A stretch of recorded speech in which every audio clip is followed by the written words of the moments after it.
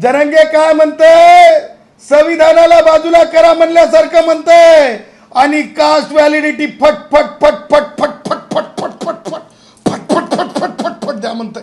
कन्वय घेऊन गेलो, कन्वय घेऊन गेलो, कन्वय घेऊन गेलो. हो की जरंगेनं शाल घातली, सत्कार केला, पण उदय मात्र उदयला राजकीय खुट्टे बसले ना. उदय पॉलिटिकली अडकले. संविधानिक प्रश्न जेव्हा जेव्हा निर्माण होतात, संविधान आणि आरक्षणाची बाबी जेव्हा जेव्हा उपस्थित होतात किंवा संविधानाच्या विरुद्ध काय अपप्रवृत्त गोष्टी घडण्यासाठी कोणी प्रयत्नात पडतात, तेव्हा संविधानाचा विद्यार्थी, संविधान विषयामध्ये डॉक्टरेट असणारा माणूस, भारताचा, हिंदुस्थानचा सामान्य नागरिक म्हणून नुसते चिमटे काढण्याचा नाही तर बोलण्याचा अधिकार आहे. केवळ राजकीय पक्षाचे प्रतिनिधी म्हणून किंवा एखाद्या समाजाचे कार्यकर्ते आणि रेतीचे ठेकेदार म्हणूनच ते बोलू शकत नसतात. तर भारतीय संविधानानं ताकद दिलेली आहे. त्या ताकदीच्या आधारे सामान्यातला सामान्य माणूस राईट टू एक्सप्रेशन आणि स्पीच भारतीय संविधानाने दिलेल्या ताकदीतून बोलत असते. आणि म्हणून आज आपल्या समक्ष बोलत असताना फोन कोणाचा असते,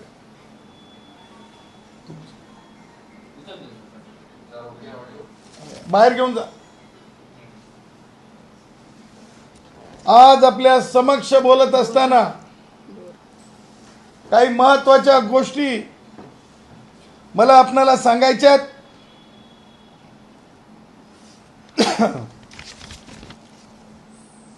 आपण खूप जातीवादी झालो. मला असं वाटत होतं की आपण जातीच्या पलीकडे चाललो, पण आज असं म्हणायची वेळ येते की आपण जातीवादी होत चाललो, अधिक जातीवादी. आता उदाहरण द्यायचं झालं आजच्याच प्रसंगाचं, उदयनी, सन्माननीय मंत्री उदय सामंत आमचे मित्र हे जरंगेला भेटायला गेले. भेटायला गेल्याच्या नंतर ते कायम एक गोष्ट मोठेपणाची सांगत आहेत, कन्वय घेऊन गेलो, कन्वय घेऊन गेलो, कन्वय घेऊन गेलो. हो, गेलात ना कन्वय घेऊन. कायम सांगत आहेत की जरंगेनं शाल घातली, सत्कार केला, जरंगेनं शाल घातली, सत्कार केला. पण उदय मात्र किमान मनोरंजनासाठी तरी तुम्ही मनोरंजनासाठी तरी हे सांगा की त्या दिवशीची चर्चा काय होती हो, काय त्या दिवशीची चर्चा होती हो. ते मात्र सांगण्यापासून ते दूर जातात. पत्रकारांनी ते प्रश्न विचारला की त्यांच्या चेहऱ्यावर आता 12 वाजतात, की त्यांच्या चेहऱ्यावर आता 12 वाजतात, त्यांच्या चेहऱ्यावर 12 वाजतात. आणि म्हणून मला तुम्हाला हे सांगायचं आहे की उदय म्हणाले, आज काय म्हणाले उदय म्हणाले, त्यांच्या भूमिकेत आता प्रसाद लाड गेले, त्यांच्या भूमिकेत आज प्रसाद लाड गेले. आज उदय सामंत माननीय मंत्री महोदय म्हणालेत की ते म्हणजे प्रसाद लाड त्यांच्या भूमिकेत गेले. प्रसाद लाड म्हणाले की मी जरंगेकड मराठा म्हणून आलो, मी जरंगेकड मराठा म्हणून आलो. काय म्हणाले प्रसाद लाड, मी आमदार वगैरे वगैरे वगैरे वगैरे वगैरे काही नाही, पण मी जरंगेकड मराठा म्हणून आलो. म्हणजे उदय डिस्कार्ड झाले का? ते ब्राह्मण आहेत म्हणून डिस्कार्ड झाले किंवा ते बोलू शकत नाहीत म्हणून डिस्कार्ड झाले. आणि प्रसाद लाड मराठा आहेत म्हणून चर्चेला पात्र झाले आणि उदय सामंत अपात्र झाले. उदय सामंत का अपात्र झाले हा प्रश्न आहे, विचारला जाईल हा प्रश्न, कारण हा प्रश्न उदयनी उपस्थित केला. आणि म्हणून मला असं म्हणायचंय, म्हणजे आवर्जून मला ह्या गोष्टी सांगू इच्छितो की उदय म्हणाले की सदावर्तेंमुळं मनोरंजन झाले. उदय म्हणाले सदावर्तेंमुळं मागे ब्रेकिंग न्यूज आणि मनोरंजन झाले. मनोज जरंगेच्या डायलॉग मारले. मनोज जरंगेचे डायलॉग मारले. मनोज जरंगेच्या भेटीचे डायलॉग मारले. म्हणजे मी मनोज जरंगेच्या भेटीची डायलॉग मारल्यामुळं ब्रेकिंग न्यूज झाली आणि मनोरंजन झाले. पण उदयला मात्र राजकीय खुट्टे बसले. उदयला राजकीय खुट्टे बसले ना त्या मनोरंजनाच्या डायलॉगमुळं. लोक प्रश्न विचारायला लागले ना. आणि हीच सुदृढ लोकशाही आहे जेव्हा खुट्टे बसतात. आणि म्हणून उदय पॉलिटिकली अडकले. उदय पॉलिटिकली अडकले. आणि ते मनोरंजन मुळव्याधासारखे गुदुगुदू होऊ लागले. गुदुगुदू होऊ लागले. मग म्हणून मी म्हणेल शेवटी की आमचे उदय यांना मनोरंजनाचे खुट्टे बसले. हे मी उपस्थित नाही केलं. आज उदयनी छत्रपती संभाजीनगरमध्ये पत्रकारांनी गुणरत्न सदावर्ते असं नाव उच्चारून प्रश्न न विचारता उदयनी सुरुवात केली. आणि म्हणून मला असं वाटतंय की तेवढी ती गुदगुली होती. आज उदय आणखीन एक बोलले. धन्यवाद उदयजी, धन्यवाद. महाराष्ट्र तुम्हारे बहुत बहुत धन्यवाद देता है मंत्री होते हुए एक बात को. एका गोष्टीला आज आपण अधिरोखित केलं. 150 कोटी मराठा समाजाच्या महामंडळाला दिले. हे उदय का बोलले मला माहिती नाही, पण उदय हे सूचित बोलले. आमचं हे म्हणणं आहे उदयला, 150 कोटी मराठा महामंडळाला दिले. असं वाटतंय की अनुसूचित जाती जमातीच्या महामंडळांना कमीत कमी 15,000 कोटी रुपये देणं गरजेचं आहे. अनुसूचित जाती असतील म्हणजे महात्मा फुले महामंडळ असेल, अण्णाभाऊ साठे महामंडळ असेल किंवा आमच्या ब्राह्मणांकरताचे महामंडळ असतील, त्या मंडळांना 150 नाही तर 15,000 कोटीची तरतूद करून पैशाचं वाटप होणं आवश्यक आहे. आणि उदय मला तुम्हाला सांगायचं आहे, केवळ 150 कोटी नाही तर आता शेतकऱ्यांचा प्रश्न आहे. त्याचबरोबर खऱ्या कष्टकरी मजुरांचा, अल्पभूधारक शेतकऱ्यांचा प्रश्न आहे. आज मी आपल्या माध्यमातून म्हणत आहे की घाम गाळणाऱ्या कष्टकऱ्यांना त्यांच्या विहिरींचे पैसे मागच्या 4 वर्षापासून थांबले ते दिले गेले पाहिजे. कांद्याला भाव 2,000 रुपये झाला पाहिजे, मिळाला पाहिजे. आणि पावसाळ्याच्या अगोदर 10,000 रुपये जे आहे, एकरी 10,000 रुपये जे ॲडव्हान्स दिली गेली पाहिजे सरकारच्या वतीनं. हे आवश्यक आहे. आणि हे करत असताना पैशाची जर कमतरता असेल तर राजकीय कारणास्तव लाडकी बहीण योजनेखाली जे आपण पैसे देतो, नाहीतरी आपण ते पैसे देऊन वेगवेगळ्या इन्क्वायरीज लावत आहात, तेव्हा ती योजना बंद करा. पण शेतकऱ्यांना भरभरून पैसा द्या. कारण ते घामाचा थेंब गाळतात. लाडकी बहीण योजना एकदाची आता बंद करा. कारण लाडकी आम्ही बहिणींच्या विरोधात नाहीत, परंतु बहिणींना शिक्षणासाठी पैसे द्या, शिष्यवृत्ती वाढवा, महागाई निर्देशांकानुसार शिष्यवृत्ती वाढवा. जे सरकारच्या योजना आहेत ज्याच्यामध्ये रोजंदारी करता माझ्या भगिनी जातात खेड्यातल्या, त्यांचे रोजंदारीचा दर वाढवा.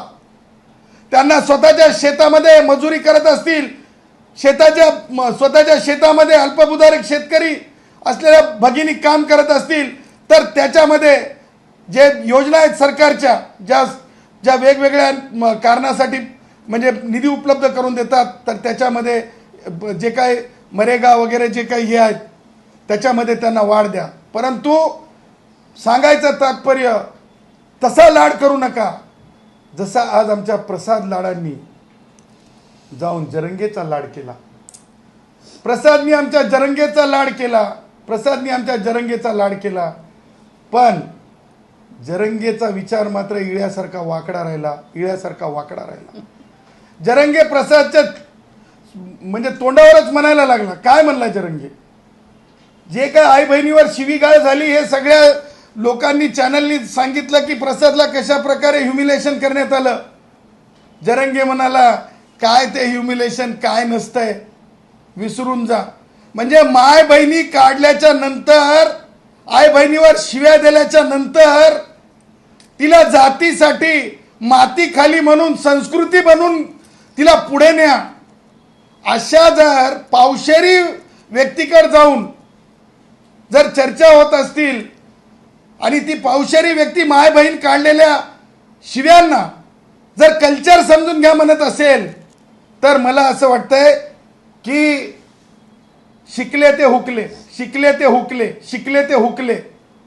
आणि माझं हे म्हणणं आहे की जरंगेच्या ज्या मागण्यांच्या बाबतीमध्ये बोलल्या चाललंय त्या मागण्या ह्या संविधानाशी संबंधित नाहीत.